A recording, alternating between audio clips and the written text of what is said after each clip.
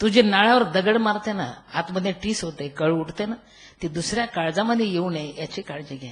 सिंधुताई सपकाळ, तुझ्या बाळावर जी वेळ आली ना, अशा दुसऱ्या बाळावर दगड पडू नये याची काळजी घे. हे सगळं जे त्या दिवशी मी सूत्रपाठ केलं ना, ते आयुष्यभर पुरलं.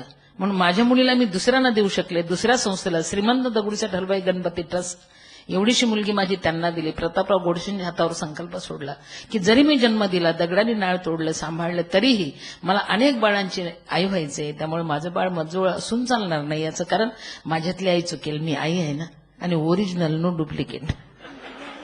मी ओरिजिनल आई आहे, त्यामुळे माझ्यातली आई चुकू शकेल. मी माझ्या बाळाला स्वतःच्या छानपैकी जरा बाजूला ठेवेल, सांभाळलेल्या मुलांना पाणी पाजून गाणं म्हणून झोपवेल, स्वतःच्या मुलीला अंधारात नेऊन खाऊ घालेल, असं माझ्याकडून होऊ शकतं. आईचं काळीच दगा देणार नाही, हे असं नक्की चूक करून बसेल. म्हणून माझं तुम्ही सांभाळा. मी प्रतापराव गोडसे अध्यक्ष यांच्या हातावर संकल्प सोडला, कृष्णार्पण. माझं बाळ तुम्ही सांभाळा, मी जगाचं सांभाळेल.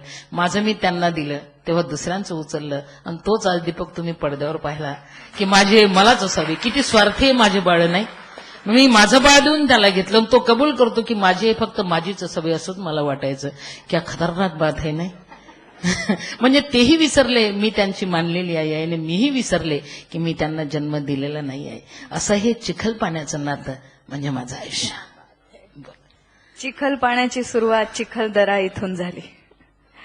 चिखलदरा आता आपण ज्या वेळेला आपल्याकडे सुट्टी असते त्यावेळेला पाहण्याचं ठिकाण, पर्यावरणाचं ठिकाण म्हणून आपण तिथे पोहोचतो.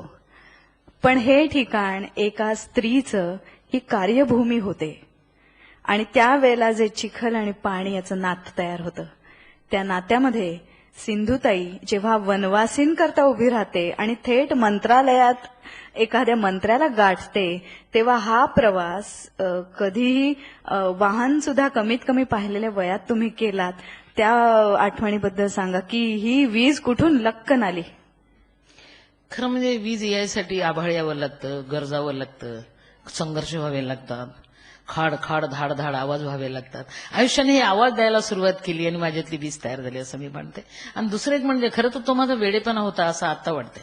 कारण छदीलाल गुप्ता वनमंत्री होते त्यावेळेस, आणि मग मला अवतार असत ना. आज माझं पातळ चांगलं आहे, लय गरिबी हटाव असते मी.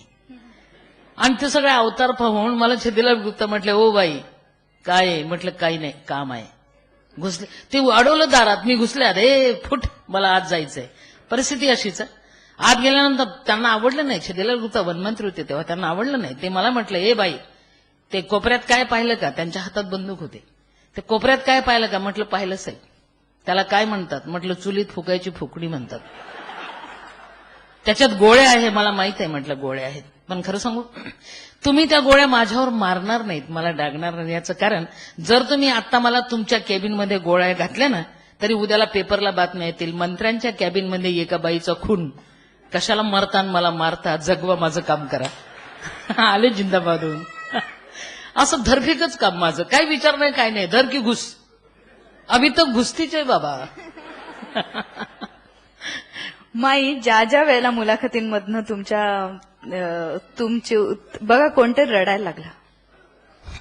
रडू नका बाबांनो, इथे माईचं काळीज आहे,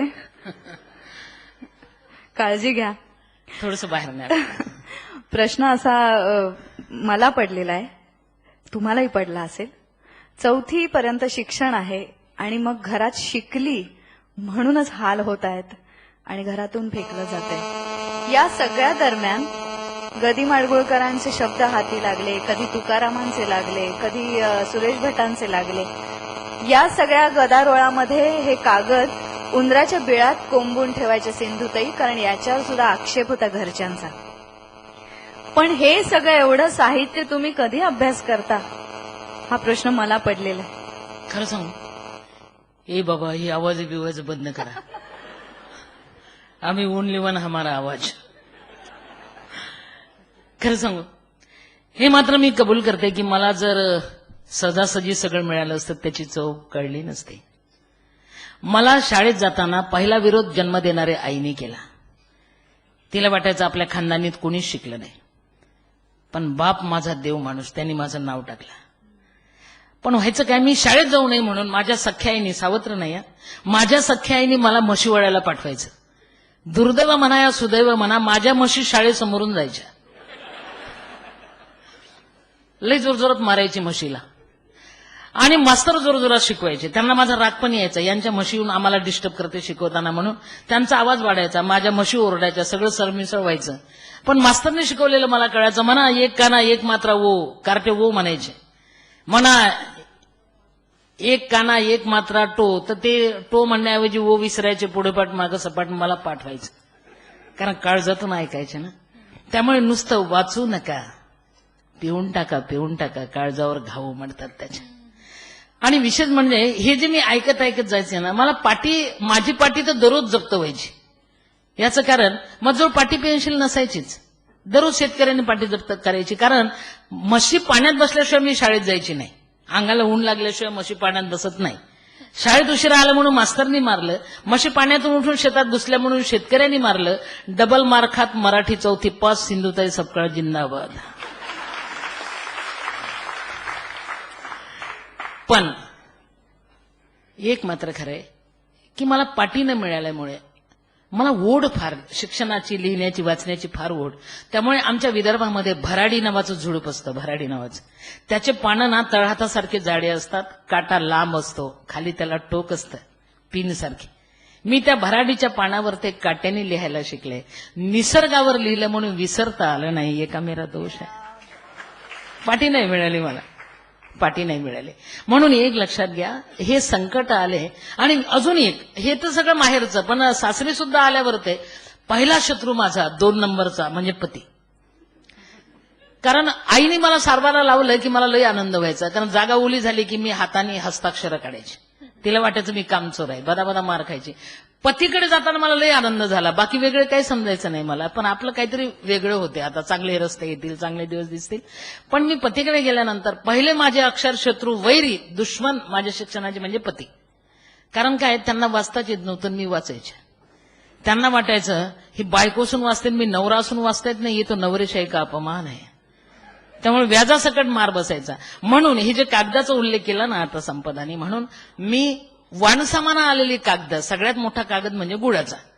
घरच्या लोकांनी धडाधडा गुळ काढायचा, फेकून द्यायचा, तो मी उचलायचा, त्यावरच्या कविता वाचायची. ज्या माझ्या असायच्या त्या आत घुसायच्या, ज्या नको असायच्या त्या संपून जायच्या. पण ते कागद सुद्धा माझे पती माझ्या समोर पेटवायचे आणि मला सांगायचे, तुझे कागद जाळतोय, बोल काय म्हणणं. काय म्हणू शकते दुबळी बाई, दुबळी मुलगी काय म्हणू शकते 20 वर्षाची. पण त्यावेळा तर एक व्हायचं, त्यांनी कागद जाळल्यावर मला माझं काळीच जळल्यासारखं वाटायचं. एवढं त्या कागदाशी माझं नातं का अजून कळलं नाही. पण एक मी पर्याय तिथे पण काढला, प्रत्येक ठिकाणी मी पर्याय शोधून काढल्या. पोटकलम आपलं चालू असते.